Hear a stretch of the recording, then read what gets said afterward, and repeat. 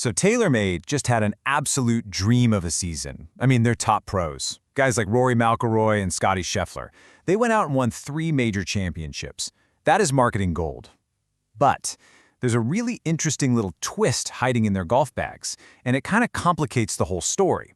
So what's really going on? 3. Just let that sink in. 3 of the 4 biggest tournaments in golf won by players on their staff. For a brand like Taylormade, that's just a massive, massive win. The kind of exposure that you'd think would send sales of all their new gear through the absolute roof. But, and here's the catch, if you were to look really closely at the clubs that hit those winning shots, well, they weren't the shiny, brand new models from this year's lineup. And that is where this story gets really, really interesting. I mean, it puts Taylormade in a pretty weird spot, right? Do you just celebrate the wins and hope no one really notices the gear? Or does this actually expose a deeper truth about golf equipment? Is this the best case scenario for them? Or is it actually a bit of a marketing nightmare? All right, first up, let's really unpack this dilemma. Because you've got this incredible success story on one hand, but the marketing message that's supposed to go with it, it's just not quite there. So, the biggest giveaway here, it's all about Scottie Scheffler.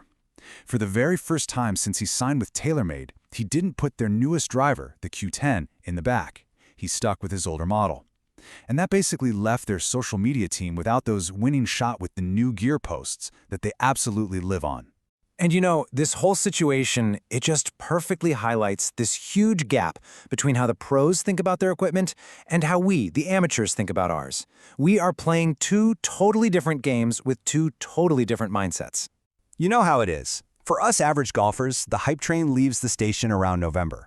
You see leaked photos online, the forums go crazy, and pretty much the entire golf world gets sucked into this whirlwind of excitement for the newest, hottest driver. We're all chasing that shiny new toy. But then you flip that coin over, and for the pros, it is a completely different world. The contrast is just, it's stark. While we're chasing buzz, they're chasing confidence. They need to know, without any doubt, that a specific club will do a specific job under the most insane pressure you can imagine. So it really boils down to this simple idea. For a tour pro, knowing that your 8-iron carries exactly 178 yards is infinitely more valuable than finding a new 8-iron that might go 185. At that level, control and predictability, they will always beat raw distance. And you see this pop up all over their bags, right? Scottie Scheffler's go-to driving iron is a Strixon Zoo 85, a club you can find for like 60 quid on the secondhand market. He's using older Titleist SM8 wedges. Why? Because he trusts them. He knows exactly what that club is going to do from any lie, any distance, any time. It all comes back to this one single word, familiarity. Could Taylormade build Scottie a technically better wedge? Of course they could. But can they instantly copy the years of confidence and the feel he has with his current setup?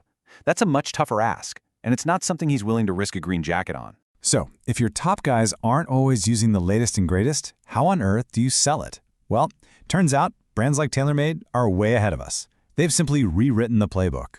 I mean, think back 20 years ago, marketing was predictable, right? It was all about those TV ads you'd see during a tournament and maybe a feature in a golf magazine. Today, that whole world has been replaced by something much more dynamic and honestly, a lot more effective. Yeah, we all remember those scripted ads, don't we?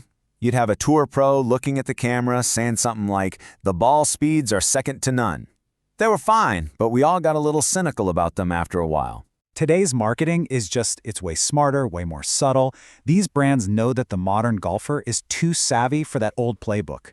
They know they can't just rely on what's in the winner's bag on Sunday to sell clubs anymore. So here's the new strategy. They have a huge network of influencers on contract who do get brand new everything every single year. That new driver isn't sold in a 30-second ad, it's placed in a popular hour-long YouTube video. It just feels more authentic. And Taylormade is brilliant at getting its pros, like Rory and Scotty, into these fun, off-course social media videos where they are using the new gear, just not under tournament pressure. Okay, so what does all of this mean for your game? For the average golfer? Honestly, this is probably the most important takeaway from this whole explainer.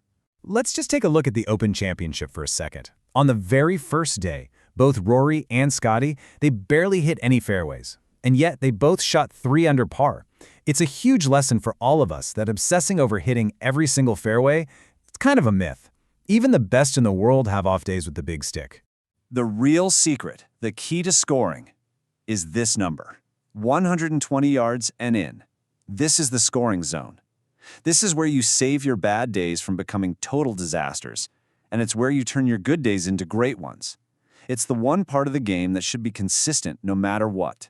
So the path forward here is actually pretty simple. First, let's rethink the driver obsession. Second, build some real, unshakable confidence in the clubs you already own. Learn their exact distances. And third, focus your time, your money, and your effort on mastering your game from 120 yards and in. And that really leaves us with one final question to think about. The pros are showing us that confidence and familiarity can beat new technology any day of the week. So the next time you're thinking about an upgrade, maybe just ask yourself, is the key to unlocking your best golf already sitting right there in your bag, just waiting for you to get to know it a little better?